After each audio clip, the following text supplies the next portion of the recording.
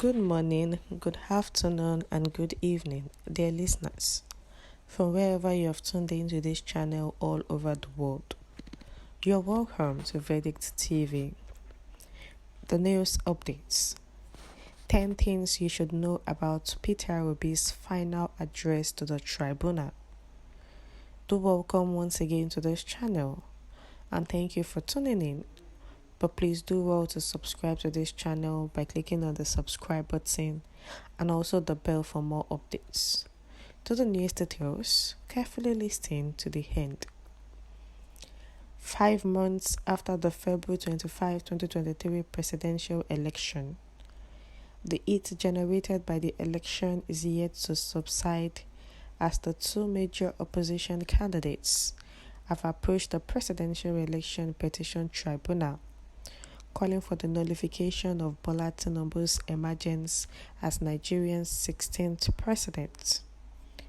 In what many consider as Nigeria's most talked about presidential election tribunal since the country returned to democracy in 1999, Peter Obi, the presidential candidate of the Labour Party, who came third, and Atiku Abubakar of the People's Democratic Party, who finished second with a total vote of 6.9 million votes, are asking the court to void the election and disqualify Tinubü and conduct a rerun.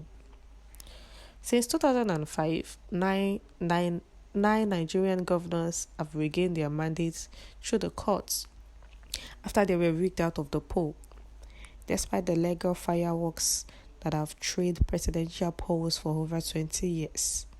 No Nigerian president has ever been removed from office by the judiciary. However, Peter Obi, who became the governor of Anambra State after the appeal court declared him the winner on March 15, 2006, after nearly 3 years of legal battle, is again praying the court to nullify the 2023 presidential election. In his final address to the tribunal, in response to INEC and the All Progressives Congress APC final defense, Obi, among other things, is seeking a rerun in which Bola Tinubü will not be eligible to contest. Now here are 10 main points upon which Peter Obi's case is based. 1. On the case of Kashim Shettima's double nomination. According to the final address, Peter Obi claims that Vice President Kashim Shettima was the nominated candidate for the Borno Central Senatorial District before Tinubü nominated him as running mate. Their debate is based on Section 35 of the Electoral Act 2022, which states that where a candidate knowingly allows himself to be nominated by more than one political party or in more than one constituency, his nomination shall be void.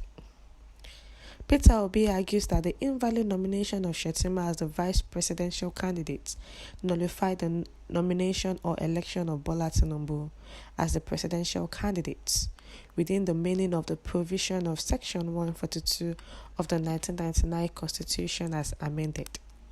2. Bola Tinubü's forfeiture of $460,000 to the U.S. government. 3. Transmission of election results from polling units to the IRF portal in real time. 4. Tinubü's failure to win 25% in Abuja. 5. Discrepancies between the margin of declared results and evidence from Form EC8A. 6. Irregularities in result from the IRF portal. 7. Manipulation of election results. 8. Peter Obi won Rivers and Benue States. 9. Why FTC is not to be considered a state. And 10. Kenya 2017 election. Now let us look at number 5, which says the discrepancies between the margin of declared results and evidence from Form EC8A. Peter Obi is also asking the court to nullify the election based on uncovered irregularities from Form EC8A.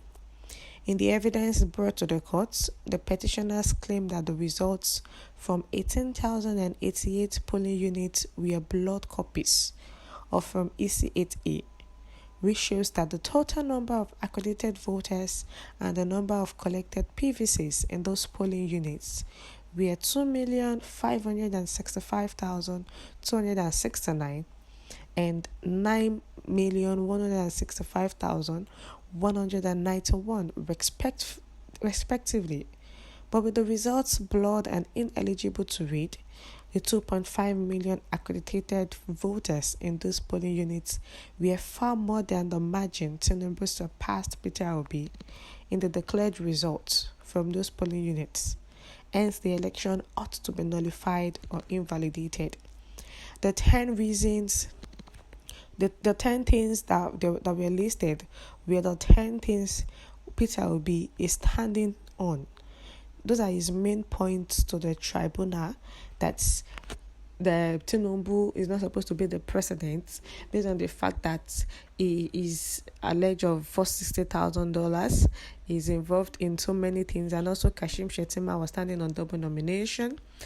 Tinubü is also having is answering a dual citizen and citizenship and all that. So, and also why FCT is not to be considered a state. That was said by the opposition parties. So we have come to the end of the news. Peter Obi is still standing on that claim, and that this is his final written address to the tribunal. Nigerians are awaiting the judgment from the tribunal to hear from them what they are going to say. If the tribunal will also make Nigerians not believe any longer in our judges, in our judiciaries. We have come to the end of the news, dear listeners. What's your view to this news? Kindly share your view in the comment section. Thank you.